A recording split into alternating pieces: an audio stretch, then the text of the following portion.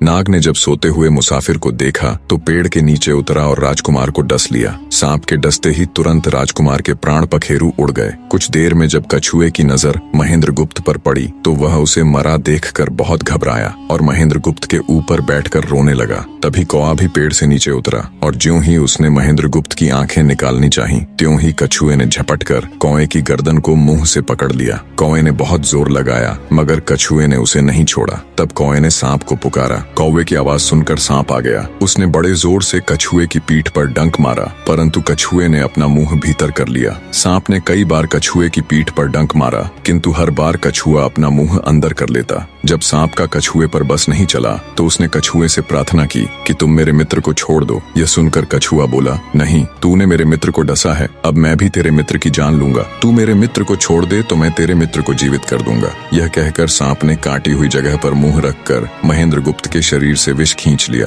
और बोला, अब तो मेरे मित्र को छोड़ दे। कछुए ने जब राजकुमार को देखा कि उसे थोड़ा होश आ रहा है और उसका जहर उतर रहा है तो उसने कौए को छोड़ दिया। जब महेंद्र गुप्त को होश आया तब कछुए ने उसे सांप के डसने का सारा हाल सुनाया। कछुए की बात सुनकर तुरंत महेंद्र गुप्त के मन में साधु की बताई पहली बात खटकी। सोचा, साधु की एक बात तो काम आई कि एक से भले दो होते हैं। मन ही मन उसने साधु को धन्यवाद दिया और आगे बढ़ चला। चलते चलते कुछ दिनों के बाद जब वे समुद्र के किनारे जा पहुंचे तब कछुए के बच्चे ने कहा, मित्र, मेरा देश आ गया है। यदि तुम कहो तो मैं अपने माता पिता से मिलाऊं। उनसे बिछड़े बहुत दिन हो गए हैं, वे बहुत दुखी होंगे। महेंद्र गुप्त ने उसे जाने की आज्ञा दे दी और स्वयं रात को वहीं समुद्र के किनारे उस जंगल में ठहर गया। जिस जंगल में राजकुमार ठहरा हुआ था उसी जंगल में वहाँ से कुछ दूर ही एक ठग का परिवार रहता था। ठग के 2 लड़कियां और 4 बेटे थे। उसकी बड़ी बेटी ज्योतिष विद्या जानती थी। जब भी कोई राहगीर, कोई यात्री उस जंगल से गुजरता और उसके पास कुछ कीमती होता तो ठग की बड़ी बेटी अपनी विद्या से जान लेती थी। आज फिर से उसे बहुत दिनों बाद बहुत से खजाने की महक आई। उसने अपने पिता से कहा, ऐसा प्रतीत होता है कि इस जंगल में एक पथिक आया हुआ है। उस पथिक के पास 4 लाल हैं। यदि तुम लोग उस पथिक को यहाँ ले आओ तो उससे लाल लेना मेरा काम है। यदि वे लाल हमको मिल जाएं तो हम जन्म भर के लिए निहाल हो जाएंगे, परंतु उस पथिक को मारना मत, उसे जीवित ही पकड़ लाओ। ठग अपने बेटों के साथ तुरंत उसकी तलाश में निकल पड़ा। वे थोड़ी ही दूर चले होंगे कि उन्होंने देखा एक आदमी एक पेड़ के नीचे सो रहा है। उसे देखकर उन्होंने सोचा कि यह वही पथिक हो सकता है जिसके पास लाल हैं। वे उसे पकड़कर ले गए और अपनी बड़ी बेटी के हवाले करके बोले, इससे लाल निकलवाना अब तेरा काम है। ठग की बड़ी बेटी ने पूरे आश्वासन के साथ कहा, तुम लोग चिंता मत करो, मैं इससे लाल निकलवा लूंगी,